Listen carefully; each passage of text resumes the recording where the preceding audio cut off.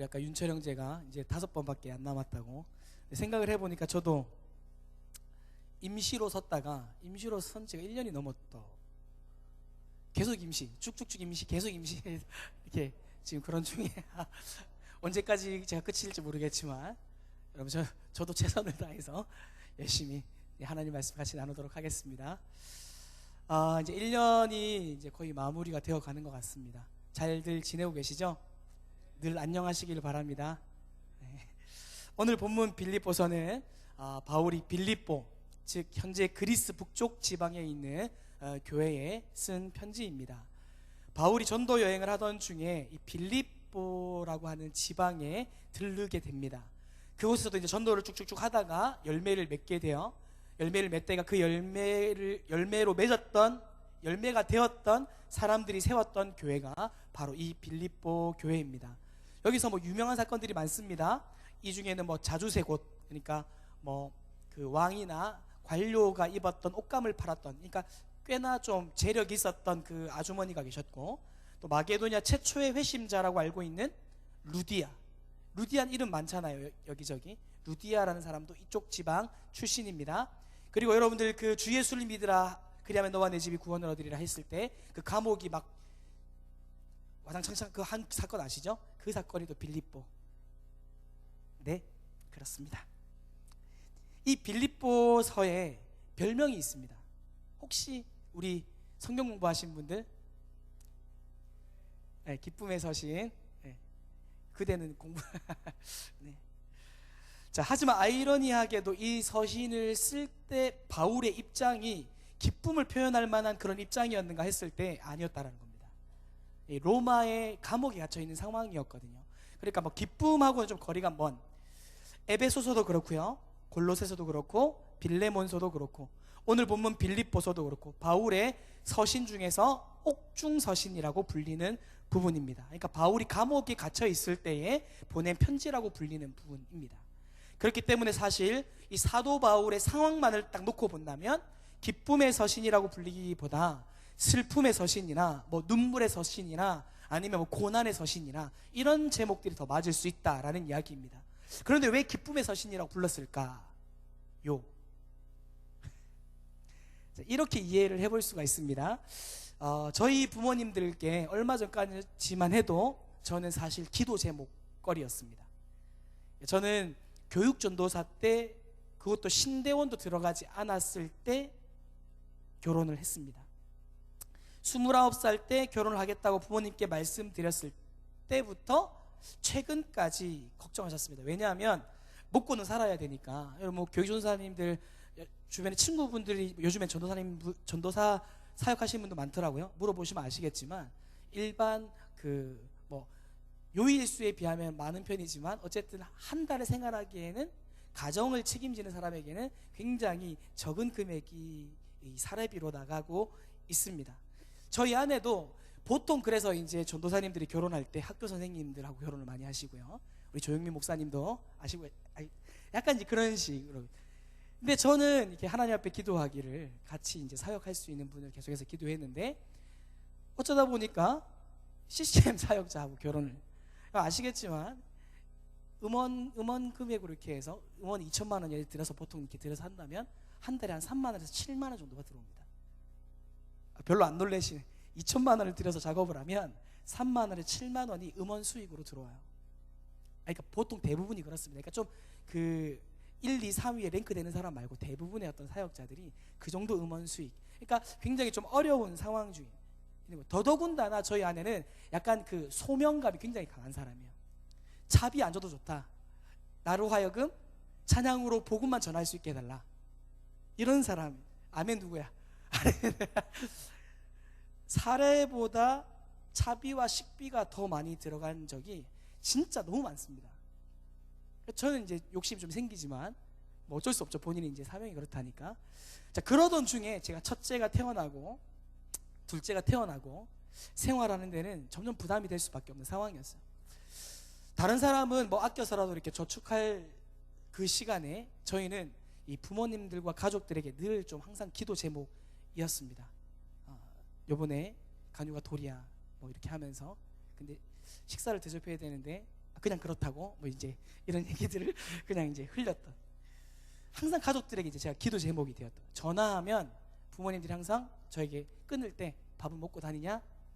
라는 이렇게 물으실 정도 됐습니다. 그래서 부모님들께는 저희가 잘 지내고 있다는 그 자체가 부모님들에게 기쁨이 된 겁니다.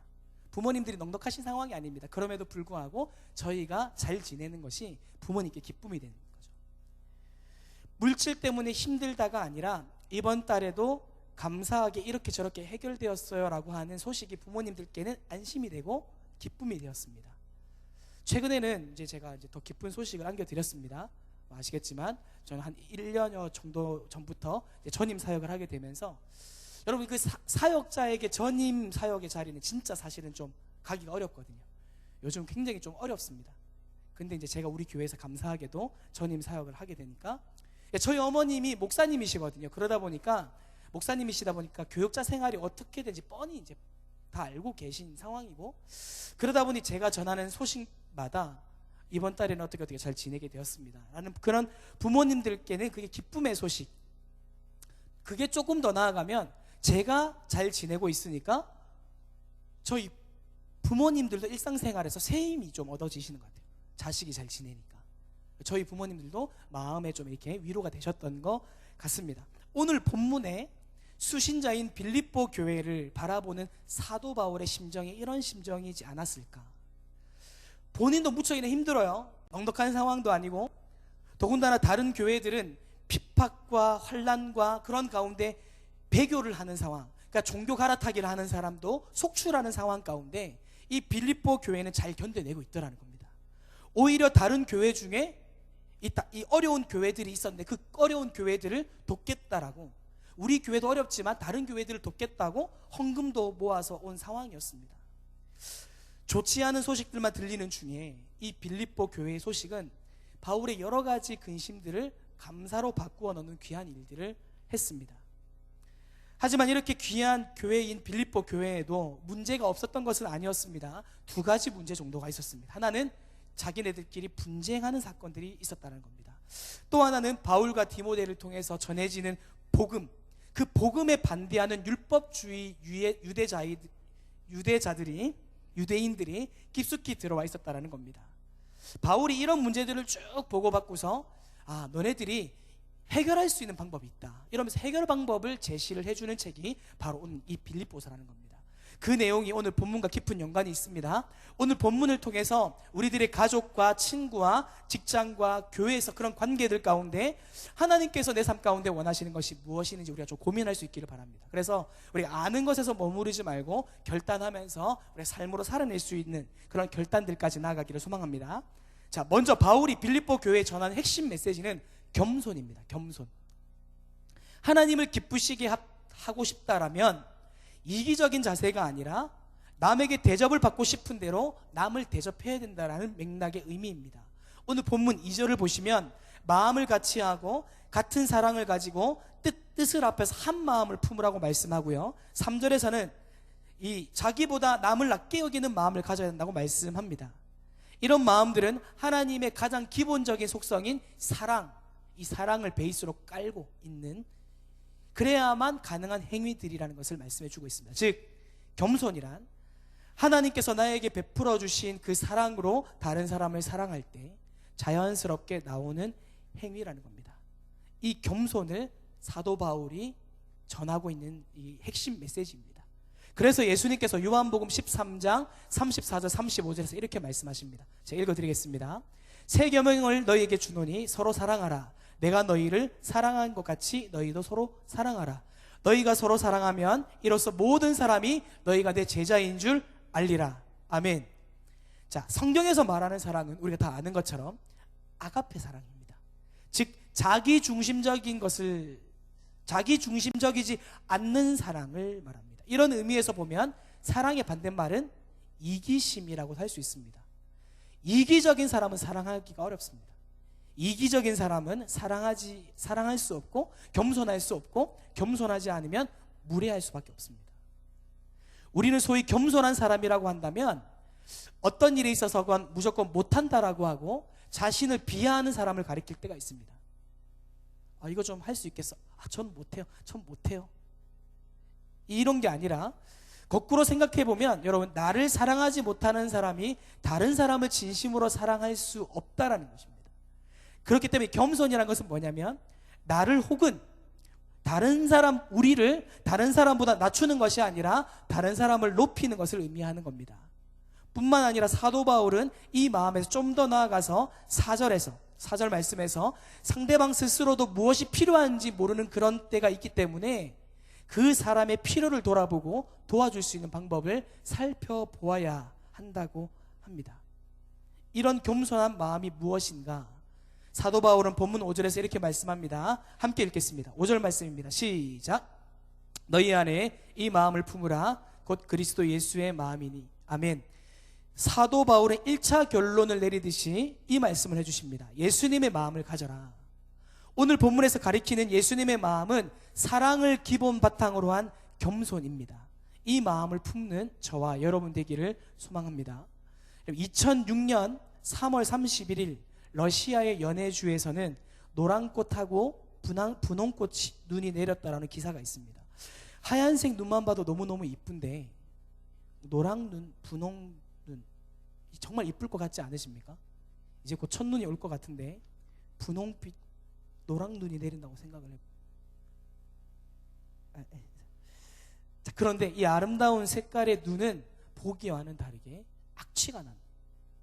기상센터 관계자들에 의하면 이러한 눈이 내린 원인이 태풍 그 사이클론이 몰고 온 그 바람으로 인해서 몽골 사막을 지날 때 모래를 잔뜩 머금고 주변에 석유하고 천연가스 공장에서 나오는 오염 물질이 동반되었다.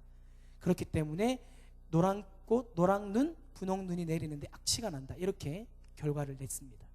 이 사건을 통해서 우리는 겉은 화려하지만 악취가 나는 눈이 될 수도 있다는 것, 반대로 온 자연을 순백의 색깔로 아름답게 덮는 눈이 될 수도 있다는 것, 우리가 그것을 알 수가 있습니다. 사람도 마찬가지입니다. 무엇을 담고 사느냐에 따라서 악취가 날 수가 있고 좋은 향기가 날 수도 있습니다.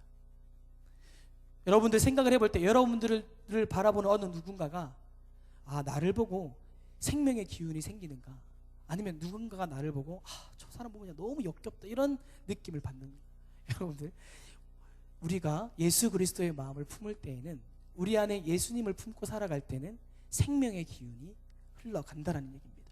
정치인이나 연예인이나 모델 같은 사람들의 그런 스타일을 만들어주는 어떤 분이 이야기하는 것을 들었습니다.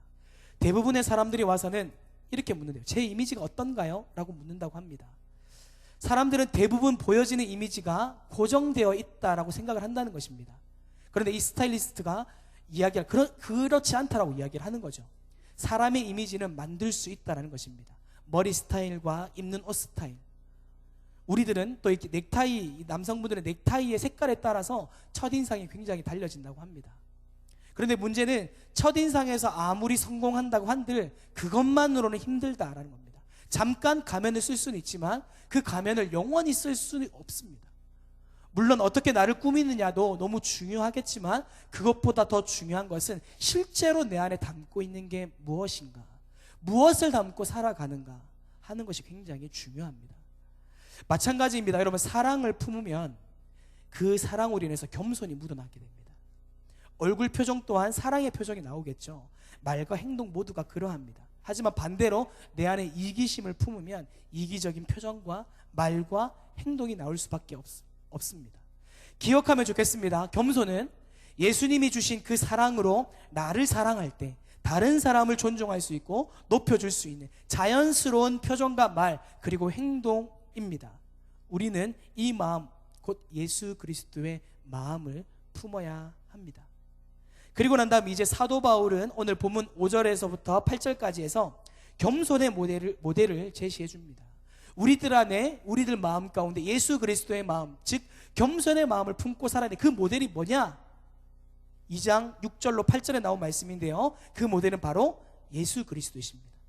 예수님은 겸손함의 끝판왕, 겸손함의 탁월함의 본보기가 되십니다. 2장 6절 7절 우리가 함께 읽겠습니다.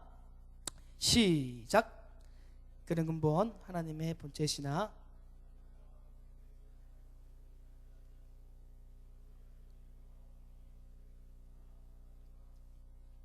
아멘. 예수님은 하나님이십니다. 그런데 하나님이신 그 자리를 버리고 우리들의 필요를 보신 겁니다. 우리들의 필요를 보시고 자신을 포기하시고 이 땅에 오신 겁니다. 이 말은 예수님이 하나님의 신성을 포기하셔서 하나님이 아니셨다는 뜻이 아닙니다. 하나님으로서 나타나는 몇 가지 속성을 사용하지 않기로 선택하셨다는 뜻입니다. 예수님은 마태복음에서 요셉이나 마리아에게 예고될 때 처음 등장하신 것이 아닙니다.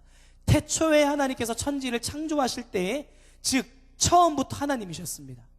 예수님은 온 우주의 왕으로 오셔서 세상을 다스릴 수도 있었지만 그것조차 포기하시고 종의 역할을 포기하신 겁니다. 왜요? 그 종의 모습으로 오셔야 모든 사람을 품을 수 있기 때문입니다. 가장 높은 자리에 있는 사람들 앉아봤으니까 그 자리를 품으실 수 있지만 가장 낮은 자리에 안 오시거나 가장 낮은 자리에 있는 사람 못 품으시는 거죠. 그러니까 종의 자리를 선택하시고 이 땅에 오신 겁니다.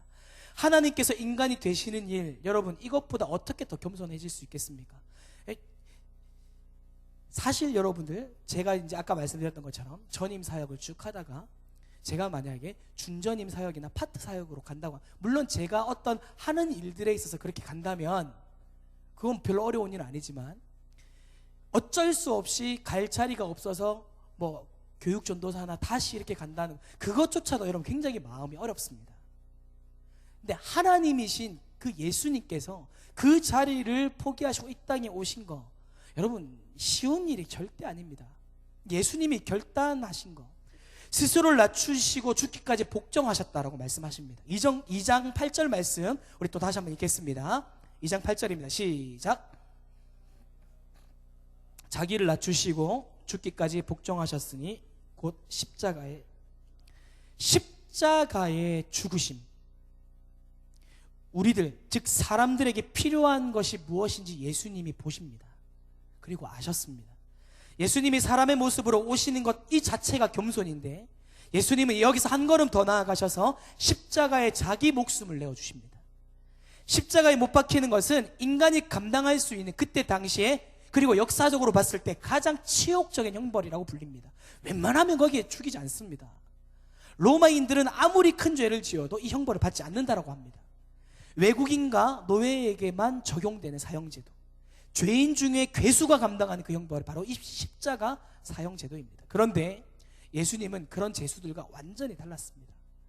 예수님은 자신이 저지른 죄 때문이 아니라 바로 세상의 죄를 대신 갚으시기 위해서 죽으셨습니다. 예수님의 겸손의 그 모습, 절정이 바로 이 십자가에서 이루어졌습니다.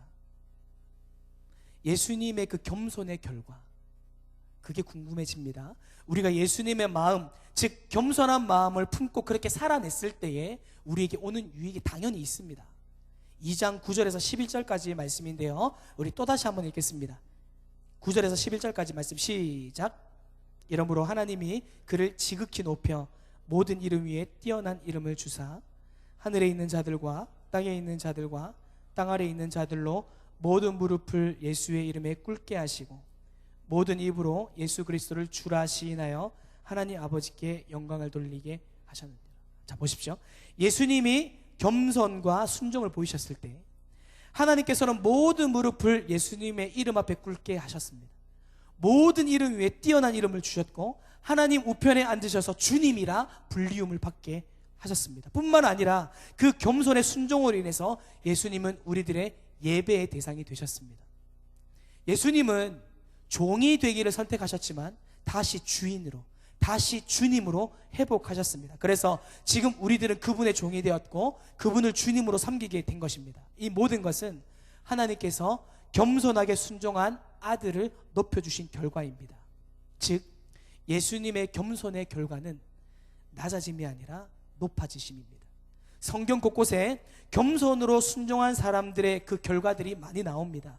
마리아와 요셉이 예수님에 대한 수태고지를 받고서 순종했을 때 하나님께서 이 두 사람을 높여주셨던 것처럼 사도 바울이 어려움 속에 겸손한 마음으로 사역들을 감당했을 때 하나님이 높여주셨고, 다윗이 고난이라는 터널을 통과하고 겸손함으로 하나님을 찾고 모든 영광을 하나님께 돌렸을 때 하나님께서 다윗을 높여주셨던 것처럼 겸손의 결과와 순종의 결과는 언제나 늘 높여주심입니다.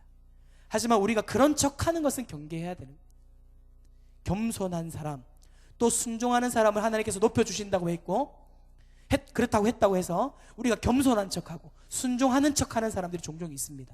이런 사람들은 예수님의 사랑이 강하게 임하도록 우리가 기도해 줘야 됩니다. 혹여나 자신을 속이고 상대방을 속이는 사람들, 그럴 수는 있으나 하나님은 절대로 속지 않으십니다. 그래서 모든 겸손의 전제는 사랑이다 라고 아까 말씀드린 겁니다. 사랑하는 여러분, 하나님께서 우리 마음에 담기를 원하시는 그 마음은 바로 예수님이 우리에게 보이셨던 그 겸손의 마음인 줄 믿습니다. 즉 상대방을 나보다 낮게 여기는 마음뿐만 아니라 사랑할 때 상대방의 필요가 보이기 마련인데 상대방의 필요를 돌아보고 채워주는 자리까지 나아가는 그 예수님의 모습을 모델로 삼아 우리가 그 삶을 따라가기를 간절히 소망합니다. 여러분, 2013년 4월 8일 뇌졸중으로 사망했던 전 영국 총리 마가렛 대처라는 분이 있습니다. 이분은 여성이 가지고 있는 섬세함과 꼼꼼한 느낌보다는 야망과 포부 그리고 추진력으로 꺾이지 않는 그런 강인함을 보여줬던 사람입니다. 그래서 이 사람들을 평가할 때 철의 여인이라고 평가를 합니다. 20세기를 대표하는 세계의 정치 지도자 가운데 한 명이 대처 전 총리를 우리가 떠나보내면서 이분의 자서전을 토대로 만든 영화가 있는데요, 그 영화 중에 이 대목이 아주 인상 깊게 남습니다. 어느 날이었습니다. 마가렛 대처 총리는 이제 남편의 유품을 기부하기로 해서 그 장소로 가고 있는데 어떤 기자가 이렇게 묻습니다. 지금 무엇을 느끼십니까? 그러자 마가렛 대처가 답합니다. 무엇을 느끼느냐가 아니라 무엇을 생각하느냐가 더 중요합니다. 그러면서 이어서 이런 말을 남겼습니다. 생각이 말이 되고 말이 행동이 되고 행동이 습관이 되고 습관이 인격이 되고 인격이 운명을 만듭니다. 결국 생각이 사람을 만듭니다. 한 번 더, 생각이 말이 되고 말이 행동이 되고 행동이 습관이 되고 습관이 인격이 되고 인격이 운명을 만듭니다. 결국 생각이 사람을 만듭니다. 굉장히 공감이 가는 말입니다. 우리는 일반적으로 믿는 대로 생각하고 생각하는 대로 행동하게 됩니다. 따라서 바른 행동, 선한 결과를 얻기 위해서는 우리가 무엇을 생각하는지가, 즉 우리들 마음에 무엇을 품었는지가 너무너무 중요합니다. 왜냐하면 믿고 있는 것이 무엇인지에 따라서 결과가 너무너무 다르기 때문입니다. 생명을 품은 사람은 생명을 만들어내게, 내 안에 악취나는 것을 품게 되면 악취나는 것을 열매로 맺기 마련입니다. 즉 참 신앙을 가지고 있는 사람이 생활 속에서 자신과 남을 유익하게 하는 그런 바른 행동을 하게 되고 마침내 선한 결과에 이를 수 있게 되는 것입니다. 말씀을 맺겠습니다. 사랑하는 여러분, 오늘 본문 2장 5절의 말씀을 우리 마음에 새겨보기를 바랍니다. 2장 5절 말씀입니다. 함께 읽겠습니다. 두 번만 읽겠습니다. 시작. 너희 안에 이 마음을 품으라. 곧 그리스도 예수의 마음이. 한 번 더 읽겠습니다. 너희 안에 이 마음을 품으라. 곧 그리스도 예수의 마음이니. 예수님의 마음을 우리가 품으며 살아갈 수 있기를 소망합니다. 어떤 상황에 가서든 누구를 만나시든지 간에 예수님의 마음을 품고서 우리가 살아갈 수 있기를 바랍니다. 우리들 안에 예수 그리스도의 마음, 즉 겸손의 마음, 겸손한 척하는 거짓의 마음이 아니라 예수님의 그 진짜 겸손과 진짜 사랑과 진짜 순종을 우리 마음에 담고 우리들의 삶에서 표현되어지고 그것을 굳이 막 알리려고 하지 않아도 그냥 자연스럽게 나를 볼 때 예수님의 모습이 보여질 수 있는 그런 모습을 살 수 있도록 여러분 도전합니다. 저도 잘 못합니다. 같이 예수님의 마음을 품고 우리 삶에서 살아낼 수 있도록 하십시다. 기도하겠습니다.